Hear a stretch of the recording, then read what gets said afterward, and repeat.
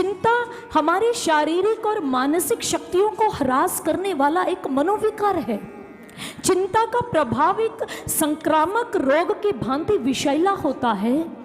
आप ध्यान दीजिएगा, जब हम किसी चिंतित व्यक्ति के संपर्क में आते हैं तो हम भी चिंता के तत्व खींचते हैं, और इतना ही नहीं, अपने जीवन को निरुत्साह से परिपूर्ण करने लग जाते हैं।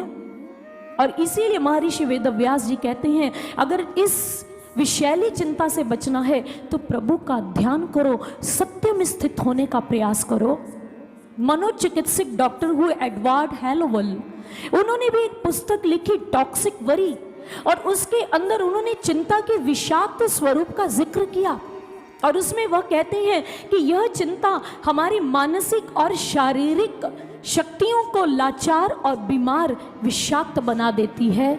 इसलिए कहा गया, चिंता चिता समाख्याता, चिंता चिता तो अधिका, चिता दहति निर्जीवं, चिंता जीवं ही दह्यति। अर्थात चिंता और चिता को समान बताया गया, परंतु भगवत प्रेमियों ऐसा नहीं है। चिंता तो चिता से भी अत्यधिक भयानक हुआ करती है। क्यों? क्योंकि चिता उसे जलाती है जो प्राणहीन शव है, लेकिन चिंता तो जीवित व्यक्ति को ही जला डालती है। एक बार योगानंद परमहंस जी के आश्रम में उनके नौकरी पेशा अनुयायी आए और वह व्यक्तिगत तौर पर परमहंस जी से भेंट करना चाहते थे। इसलिए योगानंद जी ने उस सभा के विसर्जन के उपरांत अपनी बैठक में सभी को बुला लिया। सभी लोगों ने अपने प्रश्न रखे। जब एक महिला की बारी आई तब उन महिला ने जैसे ही योगानंद जी से बात करने लगी, वो सुबक उठी। जैसे ही रोने लगी, योगानंद जी ने रुदन का कारण पूछा तो वह महिला, उसने दुखों की फहरिस्त उनके सामने खोलकर रख दी। परमहंस जी कहने लगे, अगर दुख के कांटे तुम्हारे हृदय को इतना दुखी करते हैं, इतना चुभते हैं तुम्हारे हृदय में, तो उसे ध्यान के कांटे से बाहर क्यों नहीं निकाल फेंकते? क्योंकि ये दुख जो है पूर्व जन्मों के ऐसे बुरे संस्कारों के रूप में हमें प्राप्त होते हैं, और ध्यान उन पूर्व जन्मों के संस्कारों के पौधे की जड़ को ही उखाड़कर फेंक देता है। और फिर जब जड़ ही नहीं रहेगी उस पौधे की, उस पेड़ की, तो कड़वे फल कहाँ से उगेंगे? नहीं लगेंगे। इसलिए ईश्वर का ध्यान करना चाहिए। इसीलिए हमारी श्रुतियों में भी यह निर्देशित किया गया, सत्यम माता पिता ज्ञानम, दया भ्राता धर्मो भ्राता दया सखा, शांति पत्नी क्षमा पुत्रा, षडेते मम बांधवाः। हमारा एक छोटा सा सुंदर परिवार है हम सभी का, जिसमें 6 सदस्य रहते हैं। सत्य हमारी माँ है, ज्ञान हमारे पिता हैं, दया हमारा मित्र है, धर्म हमारा बड़ा भाई है, शांति पत्नी और क्षमा पुत्र है। इसलिए सबसे पहले सत्य स्वरूप ईश्वर का वर्ण करो, सत्य को अपने जीवन में प्राथमिकता दो। जब सत्य आएगा तो ये सारे परिवार के सदस्य अपने आप एकता में बंधकर वहां रहने लग जाएंगे।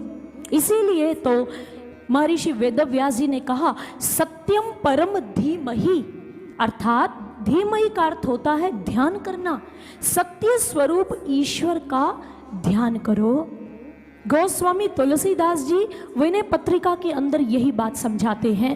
उन्होंने लिखा, सोवे सुख तुलसी एक भरोसे राम के, मैं अपने प्रभु राम के भरोसे निश्चिंत होकर सोता हूँ, चिंता विमुक्त रहता हूँ। क्यों? क्योंकि मेरे नयन के अंदर मेरे प्रभु श्री राम की छवि अंकित हो चुकी है, और वो छवि इतनी प्रगाढ़ हो गई है कि प्रभु स्वयं रक्षक बनकर मेरे नयन किवाड़ों के आगे खड़े हैं।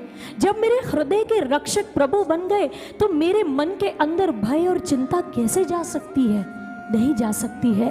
और इसीलिए वो बहुत सुंदर अक्सरा कहा करते थे, क्यों व्यर्थ में चिंतित रहूं जब मिल गए मोको राम, क्यों व्यर्थ में चिंतित रहूं जब मिल गए मोको राम, नयन किवाड़ के रक्षक बनके रक्षा करते आठों याम, भय चिंता सब दूर नसाई, चिंतन मंत्र दिया अविराम, यूं नैनन में बसी छवि अब, हर और निहारू राम ही राम, हर और निहारू राम ही राम। मुझे तो अब हर तरफ प्रभु श्री राम दिखते हैं, इसलिए कोई भय नहीं, कोई चिंता नहीं है।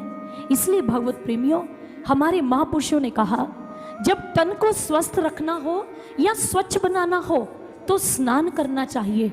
अगर अपने धन को आपने शुद्ध रखना है तो दान करना चाहिए, और यदि मन को पवित्र करना है तो श्री हरि का ध्यान करना चाहिए, उनका चिंतन करना चाहिए। और इसलिए दूर हो जाता है हर गम नित्य निरंतर ध्यान से।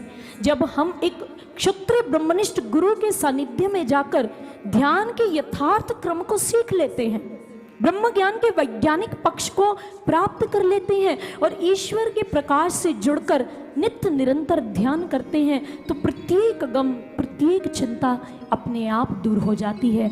और चिंताओं से पीछा छुड़ाने का यही उत्तम और सटीक तरीका है।